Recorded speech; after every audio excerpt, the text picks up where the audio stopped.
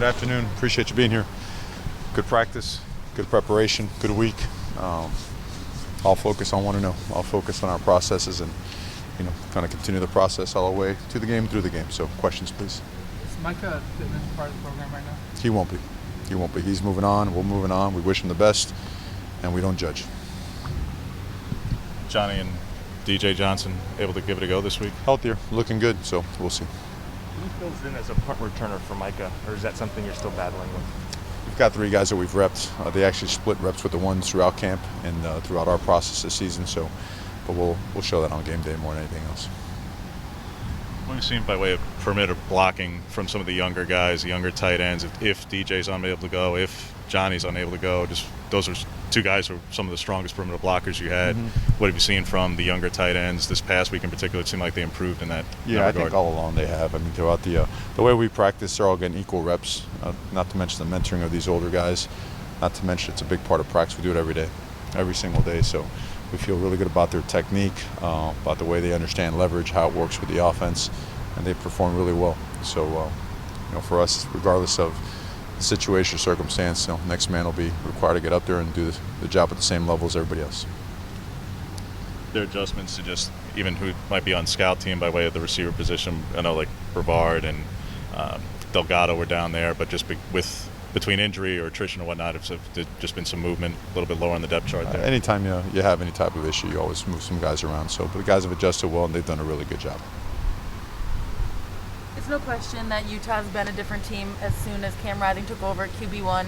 How has preparation been this week for a guy with dual threat? He's effective in the air and on the run. He does it all really well, just like you mentioned. And he's got great command of the offense. Really does. Throws an accurate ball, strong arm. Really understands the run game well, design runs. He improvises really well, keeps plays alive with his feet. You can tell, the guy's really an excellent football player, and he's playing at a really high level. Go ahead. I was going to say, he protects the ball really well, too. I don't think he's thrown a pick in 4 or 5 games. What goes into that? And that's probably an oversimplified question, but a quarterback who does protect the ball effectively, what usually are the attributes? No, it's not. It's a good question. It's, number one, decision making goes into that, right?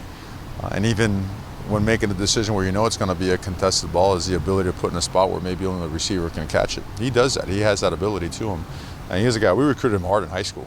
We thought he was a great football player, and he's done really well. But he's always been that guy. He's always been the guy that, almost like the catalyst for big things to come. He did it in high school.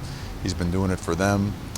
He's a very physical runner now. I don't know how much tape you've studied, but he's physical. He gets out on the perimeter. He's run the ball inside.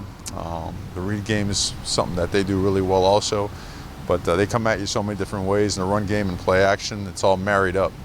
It's all it all complements each other. Makes it really difficult to defend. There's always a lot of attention on your guys' games that are outside perspective, big football games. Your squad always seems to play some of its best football. What do you attribute that to? Well, we prepare the same way every single week.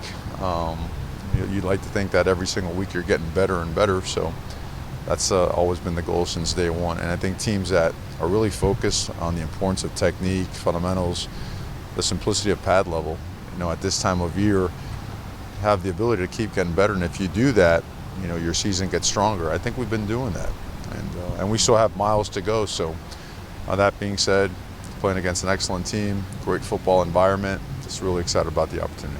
Last time you played these guys, again, much has changed.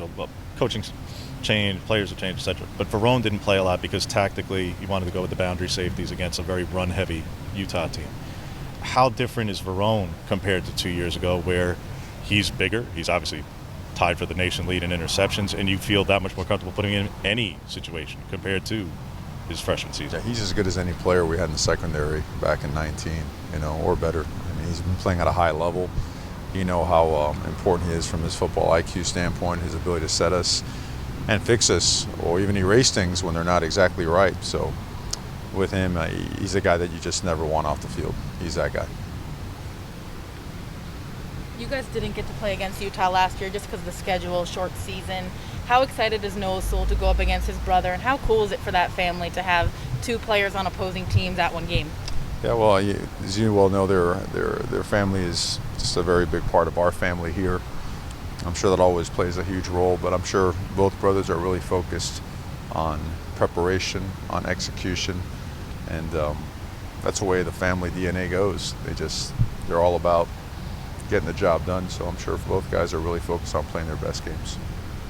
I know I asked you last week, is there anything new with Drew Mathis, or if he might be able to come back this year? I think there's a good chance. It'll be something in the postseason. It won't be in the next couple of weeks or so, but he's working really hard. We'd love to see that for him, a guy that's a senior, so we'll see. With maybe more opportunities coming for young wide receivers, Chris, Troy, Dante, what have you seen from them recently? Those guys are really good football players. They've been right there nipping at the heels of some of the older guys. And throughout camp, throughout the guys that were here in spring, right, because they were here for spring ball as well, they've just matured quickly. And they've made some plays with their opportunities. I know Troy had a chance last game to make a really big play, was close to coming down with that ball.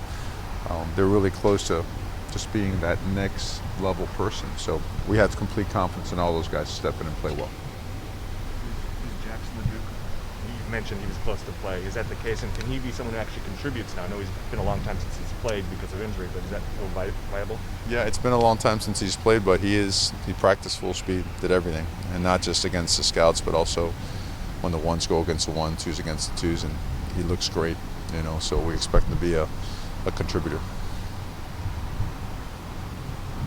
All right, thank Cool. you, Coach. Guys, thank you very much. Appreciate it.